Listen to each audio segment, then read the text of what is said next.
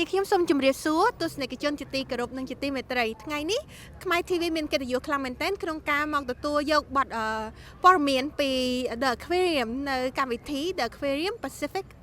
Southeast Asian Day ជម្រាបសួរមីងទេវីជម្រាបសួរលោកគ្រូហូចាថ្ងៃនេះអ្នកមីងបានអញ្ជើញមក The Aquarium ប្រហែលឆ្នាំហ្នឹងអ្នកមីងអូខ្ញុំមកយូរហើយប្រហែលគេចាប់ផ្ដើមតាំងពី21ឆ្នាំខ្ញុំមកប្រហែលជាយ៉ាងតិចក៏9 10ឆ្នាំអីដែរ9 10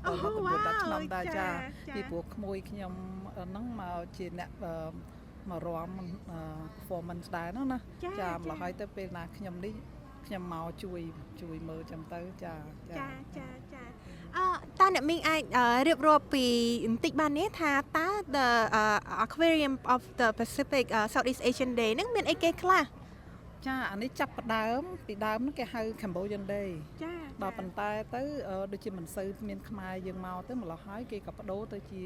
Asian Day វិញចាដើម្បីបញ្ចូលទាំងអស់មិនមែនមានតែខ្មែរអញ្ចឹងទេគេថាដូចមានសាសផ្សេងទៀតដូចជា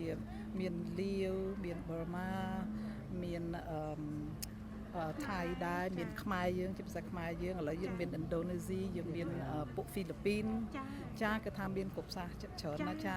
សម្រាប់ឲ្យដល់ពេលគេបើកជា Asian Day ចឹងទៅយើងអាចទាំងអស់មកទាំងអស់ជុំគ្នាទាំងអស់មកជួយចាគឺល្អមែនតែនចាល្អមែនតែនថ្ងៃនេះភ្ញៀវទស្សនិកជនយើងមានបរិះដ៏សំខាន់មួយដែលគាត់បានលើកយកគេដំណើរខ្មែររបស់យើងយកមកបង្ហាញឲ្យទស្សនិកជនក៏ដូចជាបងប្អូនជាច្រើនដែលរស់នៅក្នុងទីក្រុងឡុងប៊ីឲ្យបានស្គាល់ជំរាបសួរលោកគ្រូចាលោកគ្រូអាចណែនាំខ្លួនបន្តិចបានទេលោកគ្រូខ្ញុំបានឈ្មោះហូរស់នៅទីក្រុងឡុងប៊ីហើយខ្ញុំបានស្ម័គ្រចិត្តមកកន្លែងចិញ្ចឹមត្រីនេះវាជាង20ឆ្នាំហើយណាបាទដើម្បីយកវប្បធម៌ខ្មែរយើងមកផ្សាយឲ្យគេស្គាល់ណាបាទលោកគ្រូបាននាំយកអីដែរលោកគ្រូមានរូបដូចថាធ្វើស្បែកនិងហើយរូបដូចតំណាងនៅស្រុកខ្មែរយើងមានរូបធ្វើរបៀបដូចព្រះវិហាររបៀបធ្វើសាលាឯណារបៀបនៅក្នុងវត្តយើងណាបាទហ្នឹងជាពិសេសរូបស្បែកខ្ញុំធ្វើមិនមែនលក្ខណៈជាស្បែកសុទ្ធទេគឺថាធ្វើពីដៃណែក្រដាសណាហ្នឹងហើយយកមកដាប់ជាតំណាងរូបស្បែកយើងមកជាសម្រាប់ឲ្យដូចថាគេឲ្យស្គាល់ស្នាដៃខ្មែរយើងមានណាហ្នឹងហើយហ្នឹងតាមពិតទៅវាសំខាន់មែនតើព្រោះថាយើងមានប្រជាជនខ្មែរជាច្រើនរស់នៅក្នុងទីក្រុង Long Beach ហើយភាគច្រើនក្មេងៗដែលកើតនៅទីនេះគឺគាត់អត់បានស្គាល់ពីវប្បធម៌ខ្មែរយើងខ្លាំងនៅឡើយទេហើយដោយឡែកនៅ Long Beach គឺមានប្រជាជនចម្រុះដូច្នោះហើយការបង្ហាញវប្បធម៌ខ្មែរយើងទៅឲ្យប្រជាជនដទៃទៀតក៏ដូចជាការរំលឹកវប្បធម៌យើងដើម្បីឲ្យកូនចៅចំនួនក្រោយបានស្គាល់គឺសំខាន់មែនតើចាមានសំណថៃមួយទៀតចាហើយមីងហ្នឹងជាពីដើមជា President LA County Cambodian Association ចាហើយទៅម្ល៉េះហើយតាំងពីហ្នឹងមកពួកយើងហ្នឹងមាន table មួយដើម្បី display ពីវប្បធម៌យើងផងហើយពី Association មីងផងចាសូមមីងជា President ផងឥឡូវជា Treasurer ផងហើយទៅនាំពួកក្មេងៗមិនត្រឹមតែពួក Association ទេមីងនាំដាក់ក្មេងអ្នកផ្សេងទៀតពីដើម្បីឲ្យដឹងពីវប្បធម៌តែខ្មែរយើងយ៉ាងម៉េចចាហើយដើម្បីឲ្យគេដឹងថាខ្មែរយើងមិនមែនមានតែដូចថាអ្នកធ្វើការតែ county ប៉ុន្តែមានទាំងអស់ព្រោះយើង networking ឥឡូវនេះយើងច្រើនណាស់ចាមិនមែនមកមុខនេះចាម្ល៉េះហើយទៅរាល់ឆ្នាំហ្នឹងក៏មក support Aquarium ផងដើម្បី also ឲ្យគេដឹងផងថាយើងមាន Association ខ្មែរយើង LA County យើងនៅនឹងដែរ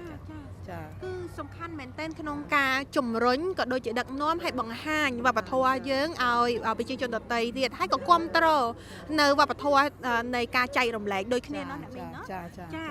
ចុះលោកគ្រូមានពាក្យអីទៅផ្ដាំផ្ញើទៅដល់ទស្សនិកជនក៏ដូចជាក្មេងៗចំនួនក្រោយលោកគ្រូមានថាសូមផ្ដាំផ្ញើទៅប្រជាជនខ្មែរយើងឲ្យជួយគាំទ្រនិងផ្សាយវប្បធម៌របស់ខ្មែរយើងដែលយើងមានមកហើយយើងត្រូវថែរក្សាឲ្យគេស្គាល់ណាហ្នឹងហើយបាទអរគុណច្រើនចំពោះខ្មែរ TV ដែលបានជួបផ្សព្វផ្សាយបាទអរគុណ ចាអរគុណច្រើនមែនតើសម្រាប់បងប្អូនដែលជាជនជាតិខ្មែរមិនថារស់នៅកើតនៅនេះក៏ដូចជាមកធំនៅនេះទេយើងមានលោកគ្រូហោដែលព្យាយាមមកបត់បង្ហាញនៅវប្បធម៌ខ្មែរយើងដូច្នេះហើយវាជាឱកាសល្អមួយក្នុងការទទួលបាននៅការគ្រប់គ្រងពីបងប្អូនក្នុងការយ៉ាងហោចណាស់ក៏បានចំណាប់អារម្មណ៍បានស្គាល់ថាតើខ្មែរយើងមានអ្វីខ្លះដែលធ្វើឲ្យយើងមានមោទនភាពហើយក៏ដូចជាសប្បាយរីករាយក្នុងការបង្ហាញទៅឲ្យប្រជាជនដទៃទៀតដើម្បីឲ្យគេទទួលស្គាល់ដូចគ្នាចា ចៅសំបីសិតតែចៅទៀតនាំមកដើម្បីឲ្យដឹងមិនឲ្យភ្លេចវប្បធម៌ខ្មែរយើងចា ហើយដោយឡែកតកតងជាមួយនឹង The Aquarium ដូចគ្នាក៏មានជាអាហារូបករណ៍ដែលជួយបងប្អូននៅមហាវិទ្យាល័យហើយនិងសាកលវិទ្យាល័យដូចគ្នាដូច្នេះហើយយើងកុំឲ្យឱកាសនេះរំលងផុតចឹងយើងមកចូលរួមយើងគ្រប់គ្រងហើយយើងគ្រប់គ្រងសហគមន៍យើងទាំងអស់គ្នាសូមអរគុណមីងអរគុណលោកគ្រូចា